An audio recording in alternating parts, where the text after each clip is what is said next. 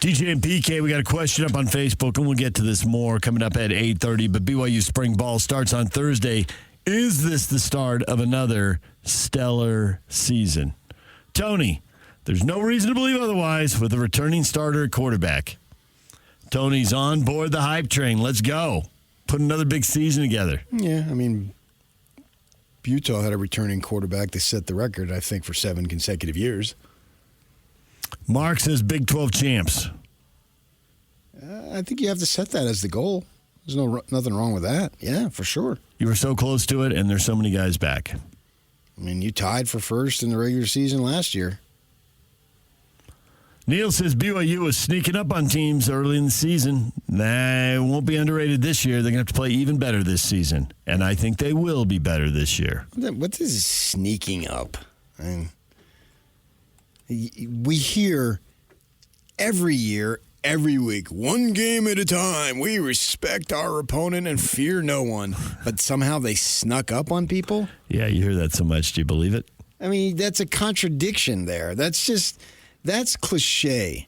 I don't know what to say. Oh, man, they snuck up on them now. I know. Everyone's going to be ready for them.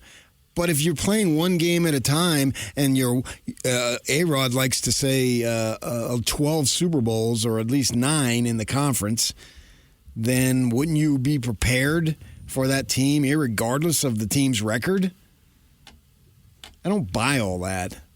That's like the ex-jock. Hey, they gotta jump on them early. You can count on it. Oh, and then when their team loses, there's no quitting them. It's the same thing every time. That one got me. And the bye came in. When? The perfect time. We're so afraid to say the truth, especially when money's involved and you're supposed to root for the team. That's saying I don't get into any of that stuff. Or they bring on the sideline and it's just a little perky positive stuff all the time. I mean, that's okay, but there's nothing wrong with the truth. Because the fans want the truth. That's the one thing I've discovered, that the fans want the truth. So is there any chance the truth is the team is fat and happy and won't play on the chip with the chip on their shoulder coming off the 5-7 season? They were angry about the previous season. They got to 5-2 and the whole thing fell apart. Well, then the good thing is in 26, then they'll be good again if we go along those lines. Right? So up and down. I don't buy that either. You didn't buy the chip on the shoulder? Yes, but I don't buy that is an excuse to why you cannot have a good season this year. That's what. But the coaches will say that because what they're doing is, guys, man, you better just ball out and you better take nothing for granted and you better have that same. So they're all trying to use them as they should, the message to get back to the players. So you'll hear that Dillingham's been running his mouth on that the whole time, this whole season, right? Yeah, everybody wants to talk about last year. Yeah, I get it. I mean, because to me, BYU, in terms of where they were as a program, had a phenomenal season. But in terms of making a push for the title and all that, they didn't accomplish anything. So you could use that. And you came 3 or 4 yards short. You came 9 points short of having an undefeated season. Isn't that enough? Find the hook, find the needle. Yeah. Right. That's what I want to hear. Not, oh, we lost, but it's not going to ruin my summer. That's why you're not a champion, because it didn't ruin your summer. Yes, that's why. Then run over to Stockton. Might ruin my summer. Yeah. It has to burn. That quote left him in a little bit of disbelief. If it doesn't burn, then you're not going to get it. That's what it takes. Because it's burning for somebody else. Yes. There's 16 teams, and somebody's got a lot of talent and is going to be pushing themselves beyond what they think is possible. Yes, absolutely. So if you don't have that guys that are going to ball out with all they have and have every game, every play is an opportunity to show who you are and prove it, yeah, because there's always going to be a room full, if not a stadium full of doubters. So to me, every team has all the motivation that they need. DJ and PK, when we come back, we've got tickets to give away today. We'll give away tickets to the Utah Hockey Club after this break. We got tickets to see RSL on Saturday. We'll give those away at 8:30. Joe Ingles is coming up after the break, so stay tuned for that. DJ and PK, it's 97.5 The Zone. DJ and PK, spring ball for the Cougars. They always go a little earlier than the Utes, and they will go once again. Ready for however many storylines emerge here. You ready to embrace whatever it is, whatever curveball the Cougars throw at us? Yeah, for sure. I think that, you have to forget about last season. There's plenty of motivation if you want that stuff. I mean, they had 4 one-score wins, and they had 2 one-score losses. Those games can go any way. You can rationalize 13-0, and you can rationalize 7-6. Yeah. So you have to be ready, and last year is nothing. The great thing about it is I think they had an outstanding record without necessarily outstanding play on offense. They had some timely plays, but Retzlaff with in the 50s percentage completion, that's not good enough. And A-Rod has gone on and said it in multiple outlets, including us on our show. He wants that percentage to go from the 50s, high 50s to 70. That's a substantial leap. So the offense, by their own acknowledgement, wasn't near what it could be. And with Retzlaff coming back, he has to get better at that. And if they can get better at that, then that sets them up for something potentially nice again. Now, I can't say they're going to win 10 ball games or go 7-2 in conference and tie for first with those one scores, but I can't say it's not going to happen either. And they need to be coached up hard, particularly on that offensive side, to be able to have more production. And he has to stop with the turnovers. Obviously, he had 2 critical ones that just jump out at us big time. They probably win that ASU game without that pick. Yeah. So how do they find one more touchdown a game? Because that moves them from a good offense to a great offense.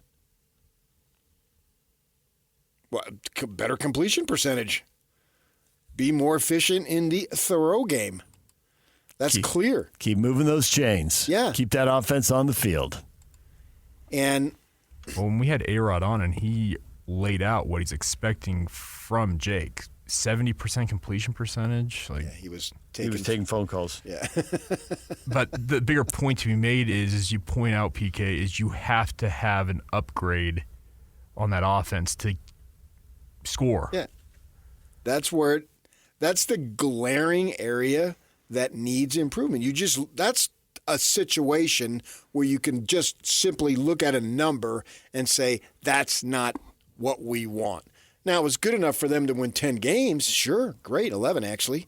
But you want more. And that's an area that's an obvious need of upgrade. And it can be upgraded because he's coming back for another year. He's now in his 3rd year working with A-Rod, working with Fessy and so forth.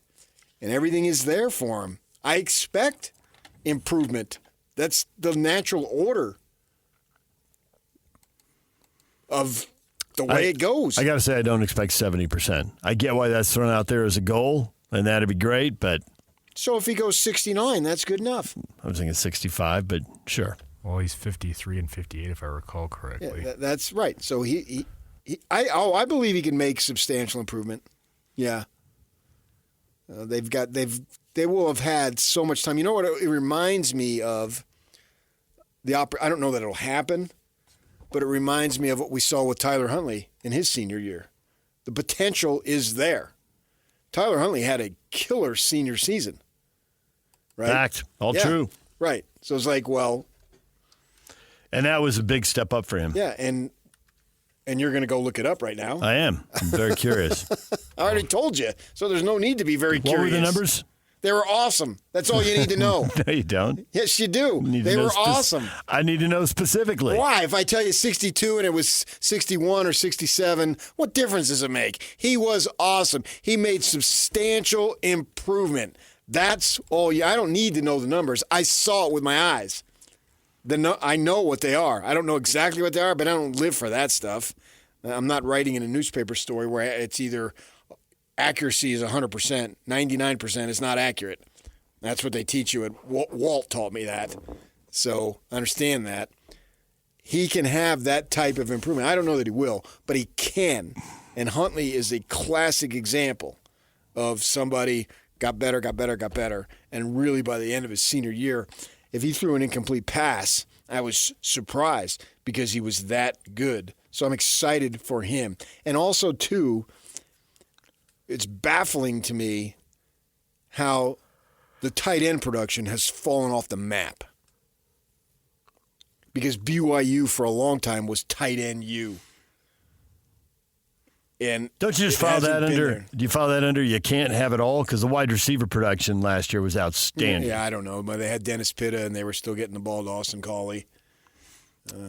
Yeah, and you can have two receivers to pile up huge stats, but three seems unlikely if you're maintaining I don't know that any any of the balance. receivers piled up huge stats. You can go look that up if you want. Yeah, I think the opportunity is there, and now the good thing is they did use the tight end a little bit in the touchdowns, which is important, but I want to see more of that.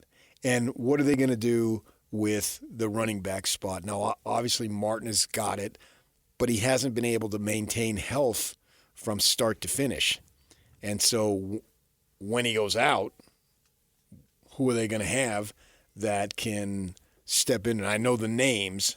I can recite the names as well as anybody, but who's it going to be? Who's going to deliver the production? Yeah. Right. Or is the O-line going to be so dominant that lots of guys could deliver the production? Seems unlikely, huh? I don't buy that. You can be really good, but you got to have somebody who's can break a tackle and run away from and has people. to have instinct and cut left, cut right, that type of thing. So there's a lot at stake here for these guys, because if you roll out a second really good year in that's the Big 4 12, out of 6, and more importantly, it's back-to-back in the Big 12 as currently constituted. Yes, most important, because now you're a bona fide program in the Big 12, and then that sells so much when you're out recruiting and when you're in the portal. Doors that used to be closed will be open. Flung. If you're viewed as a winner. Wide open. Flung open, yes. Yes, it would be. And when it's flung, it has to be followed by open. I would even say wide. You can't be flung. Otherwise, it would be slammed. Yeah, flung closed. You can't It has slam to a be door flung open. Yeah. but that's the only time you use the word. Flung wide open. Those three words go together. You know what I mean? Fling, flang, flung. Now, I guess maybe if you were Marshall Flung and you wanted to name your kid after Marshall Flung. Flung you. Yeah. Marshall, why didn't you do it? That was the perfect response. I thought about it. Why did you do it? Wait a minute. It's coming to me. I'm becoming clear. Breaking news. After I pointed it out. And now I understand. When we come back, a legend is gone, and that brings back radio topic 1A. There's never been a better time, right? Yes, you cannot criticize us for doing this now. Sure you could. You cannot. DJ PK, that's next. It's 97.5 The Zone. And now, a look at traffic.